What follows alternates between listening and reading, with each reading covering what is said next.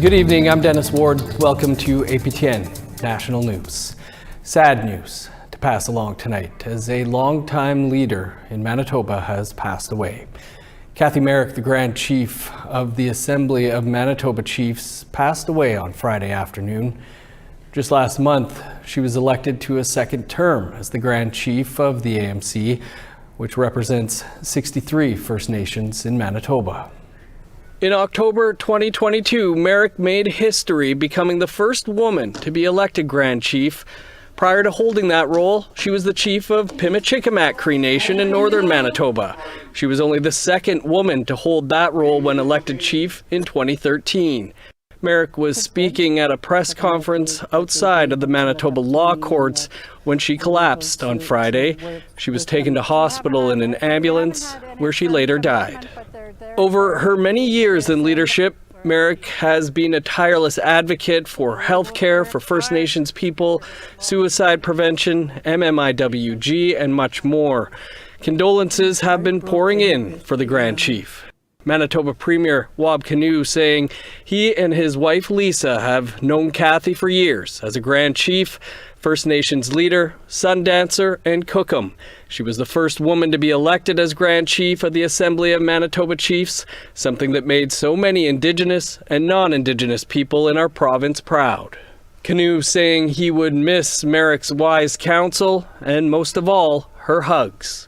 Flags outside the Legislative Building have been lowered to half-mast in recognition. Winnipeg Mayor Scott Gillingham released a statement saying the Grand Chief's leadership, strength, and compassion touched many lives, and I know she will be deeply missed by her family, friends, the Assembly of Manitoba Chiefs, and Indigenous communities across the country. Gary Anandasangari, the Minister of Crown Indigenous Relations, posting that he was shocked and heartbroken by the sudden passing of Merrick, who he called a fierce advocate. Our condolences to the Grand Chief's friends, family, and all those whose lives she touched. To other news now, and today a judge ruled that Correctional Officer Robert Jeffrey Morden is not guilty in the death of 45-year-old William Amo. Amo, a member of Sagin Anishinaabe First Nation, died in February 2021 after an altercation with several guards at the Headingley Provincial Correctional Institute just outside Winnipeg. On Friday morning, Judge Tony Saletti declared Morden was not guilty on 2 counts: criminal negligence causing death and failing to provide the necessities of life. In video footage of the incident, Amo could be heard saying, "I can't breathe," over 20 times. He became unconscious and went into cardiac arrest. He died a week later at the Health Sciences Centre in Winnipeg after being taken off life support. An autopsy determined his death was caused by brain injury due to lack of oxygen.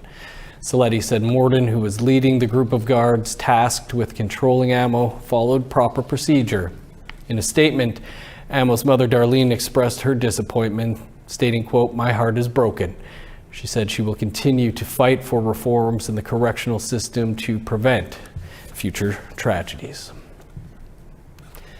Still in Winnipeg, police are looking for the public's assistance in identifying a deceased woman found on August 10th.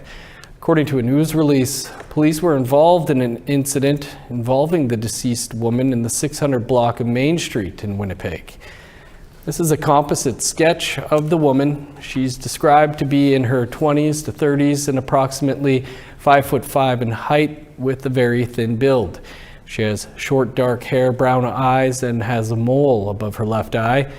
The woman was wearing gray Bench brand hoodie, black pants with a bright yellow stripe down the side, black socks and black runners.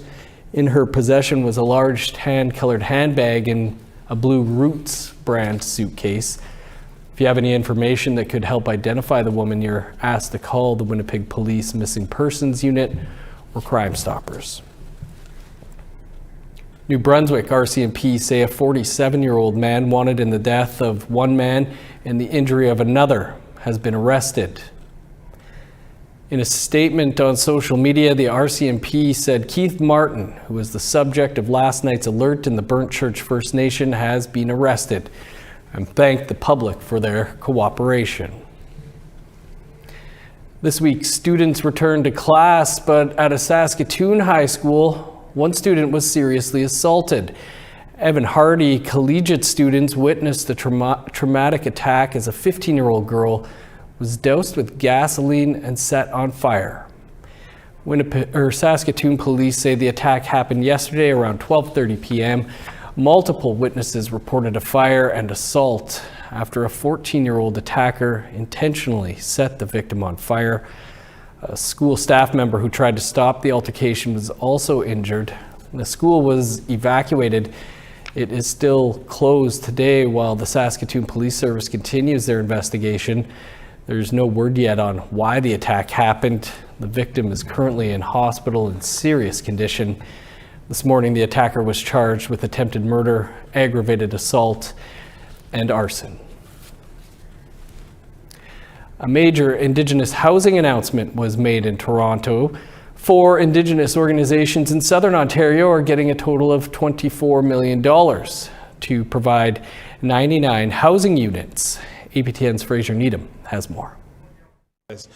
Crown Indigenous Relations Minister Gary Anasandagri was at the announcement, and he says the new funding addresses a major need. You know, the City of Toronto has amongst the largest urban Indigenous populations of any community in Canada, and it's a community that oftentimes is left out in many of the major mainstream programming. And what we're able to do with the housing providers that we announced today is provide culturally sensitive and appropriate supports. 3 Toronto-based organizations, Thunder Woman Healing Lodge Society, Ontario Federation of Indigenous Friendship Centres, and Na Me Res, or Native Men's Residents, are receiving funding. The 4th organization is Brantford Native Housing. The federal funding is being distributed by National Indigenous Collaborative Housing Incorporated, or NICHI. NICHI CEO John Gordon says demand has been high since the organization began taking proposals late last year. The National Indigenous Collaborative Housing, NICHI, received 447 proposals totaling $2.2 billion when we went to a proposal call back in December of 2023. So there's a significant need right across the entire country regarding housing for Indigenous communities in urban, rural, and northern areas. According to a government press release, to date, close to $274 million of federal funding for urban, rural, and northern Indigenous housing has been distributed to 72 projects across Canada that will build about 3,725 new units. Fraser Needham, APTN National News, Ottawa. To British Columbia now, where the federal government and the Chehalis First Nation have signed an agreement to restore jurisdiction over child welfare to local control. Tina House has that story for us tonight. Thank you. We're here on the traditional territory of the Chehalis First Nation, and joining me today is Tyra Point, council member of the nation. Tyra, what's happening here today? So today we're signing the coordination agreement between BC, Canada, and Chehalis. So we've been in negotiation for the past 3 to 4 years, and it's basically just having our own jurisdiction over our own kids in our own way. Incredible. That means reuniting them with their culture and their families? Yeah, and their traditional territory as well. Wow, that's amazing. How long has it taken for your nation to get to this place? We've been in negotiation for 3 to 4 years, probably. Wow, that's amazing. Do you know how many children we're talking about by bringing them home? Is there a certain number of kids that you're planning on bringing back? I think it's just like on reserve for now, but we do have jurisdiction in BC over our children. Yeah. That's amazing. Well, congratulations. We're so excited for you and your nation today. What a proud achievement. Thank you so much for joining us. Thank you. We look forward to hearing more about this story. And I'll have more on this story next week on APTN National News. Thanks. Back to you in studio. New efforts are underway to prevent identity fraud. Details on that and more coming up after the break.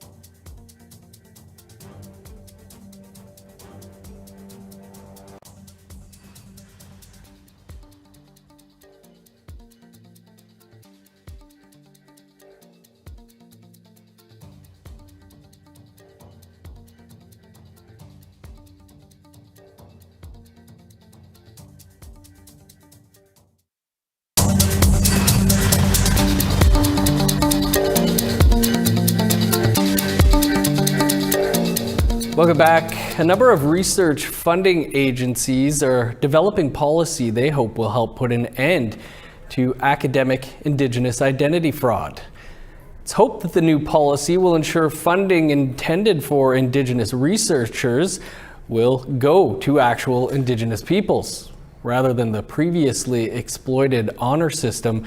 Those applying for Indigenous-specific funding will now need to provide evidence that they are members of an Indigenous community, like a status card or a citizenship card. Alternatives are being considered for those who can't provide documentation. The Social Sciences and Humanities Research Council, the National Sciences and Engineering Research Council, and the Canadian Institute of Health Research are developing the policy and expect to have it in place in 1 year's time.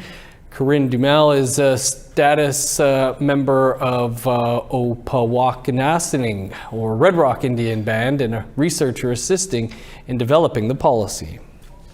This policy is really about affirming Indigenous citizenship and membership, and it's not about adjudicating those identities. The agencies are not determining whether a person is Indigenous. We're creating a process within which Indigenous people can affirm their connection to an Indigenous collective based on the affirmation that best suits them or their situation. Ultimately, Indigenous communities and nations will determine who are their members and citizens, and working with Indigenous partners throughout the process ensures that these perspectives are really central to the options for affirmation that people can choose.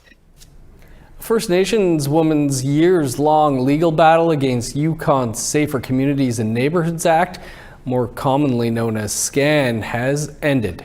Celia Wright challenged the act, which allowed short notice evictions based on complaints of illegal activity at rented homes. Sarah Connors tells us the judgment in the case could be precedent-setting.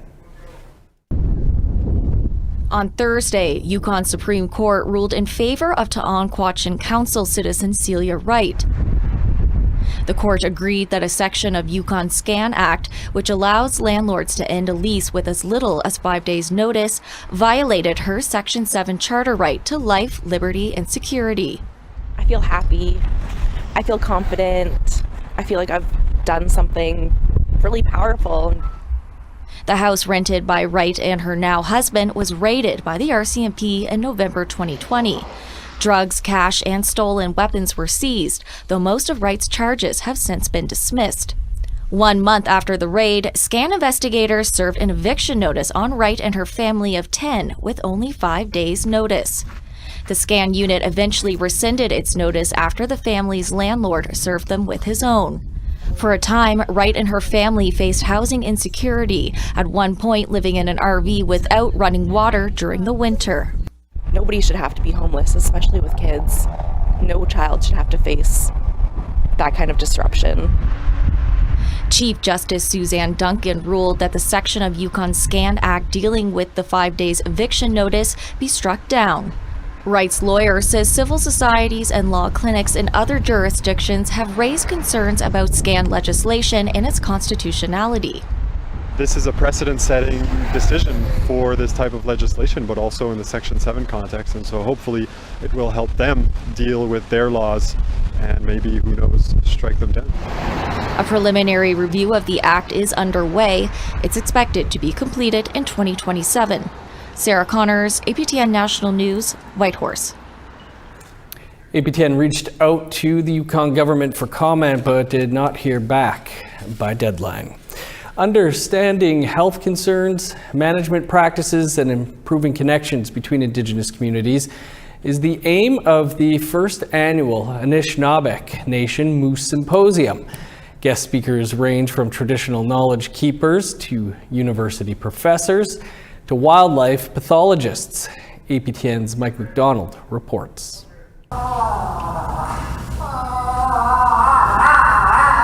The first day of the Moose Symposium kicked off with some fun and games. Attendees participated in a moose calling competition with prizes for the longest moose call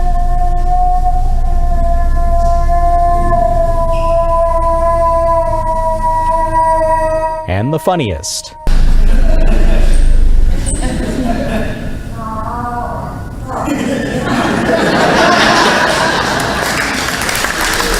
No moose showed up to crash the party, and the competition was a way to bring some levity to what was otherwise a gathering centered on a serious topic. Those in attendance compared experiences from across the vast territory of the Anishinaabe Nation. I come from southwestern Ontario, and we don't have very much game left in that area simply because we have a lot of farms, right? And we have a lot of industrial activity in our area. So I think these people from the northern area are being cautionary about when they come to the south and they see a lot of the development taking away a lot of the natural habitat for the game. The symposium was more about people management rather than moose management. But I think there's an urgency and a need to continue having symposiums like this to raise awareness and to discuss ways of curbing our activities to make sure that these populations stay healthy and their environments that they live in. Along with the challenges posed by development and industry, the issue of climate change was also discussed. I think that all kind of jumps into the forefront when we need to have this conversation now.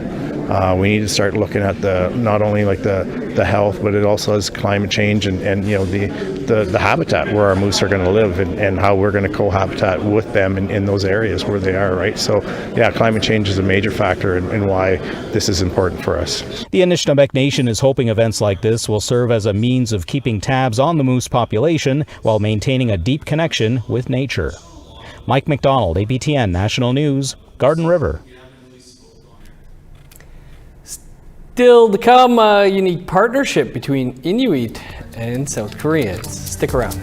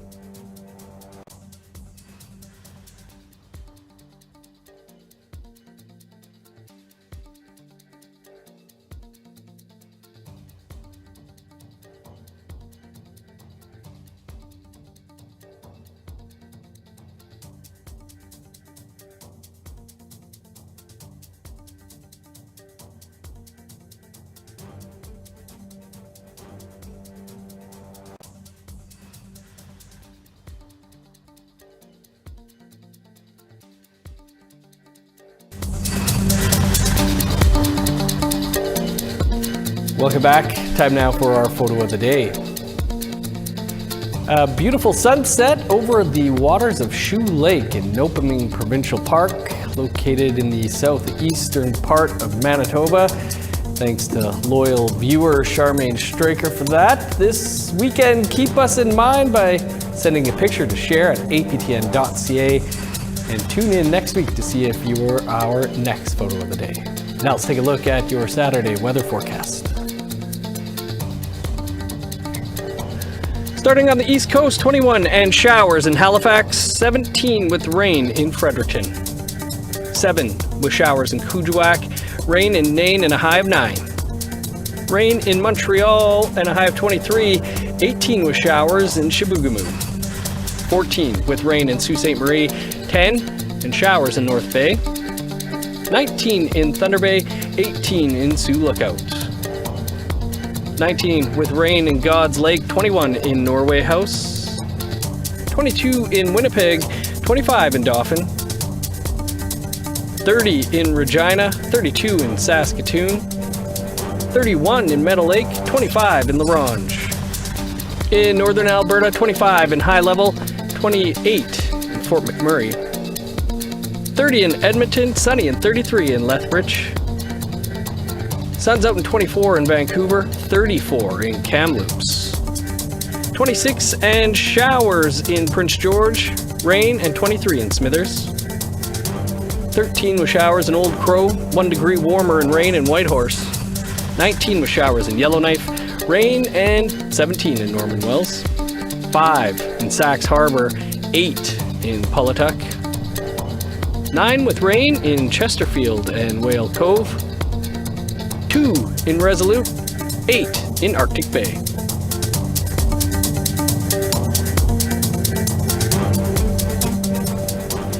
An exhibit that opened this week in South Korea features the work of 6 Inuk artists from the West Baffin Cooperative and 3 Korean artists. The work is the result of a unique cultural exchange between the two cultures. Se Eunju is a participating artist at the Canadian Pavilion in Gwangju Biennale, South Korea. It is the first collaboration of its kind between the two nations. Ju had the opportunity to visit Nunavut twice as part of the cultural exchange. He says it was a great learning experience and the inspiration for this year's exhibit. Although it just opened yesterday, it was a hit with the public. So they were like, wow, what is this? And many people are kind of mentioning about it. And also us, 3 of us Korean artists, we are trying to introducing and explaining our experience to get to Kenite twice. So we brought those ideas from their work, Inuit artist work as a Korean artist. So we are kind of interpreting into our kind of like art world to introduce this Inuit art and our experience to a Korean audience. If you're looking for some big belly laughs tonight in Winnipeg, and many may-be, the West End Cultural Centre is hosting an Indigenous comedy show called Bannock Bums. Some of Winnipeg's top Indigenous comedians will be performing at the event. All ticket proceeds will go to support the West End Resource Centre, a nonprofit organization offering services like food security, employment assistance, and housing support to community members in the West End area. Doors open tonight at 7 p.m. and show starts at 8 p.m. at the West End Cultural Centre on Ellis Street. As Amazing Race fans said goodbye to one Indigenous team with the season winding down, another Indigenous team have made it to the finals. Last week, father-son team Michael and Amari Linklater from Saskatoon were eliminated. This week, 4 teams stepped onto the Amazing Race mat to claim their final spots. One of the teams is Taylor McPherson and Katie Mulcahy, who are both wrestlers. McPherson is from Edmonton, but is a proud member of the Meow Bogeg First Nation in Newfoundland.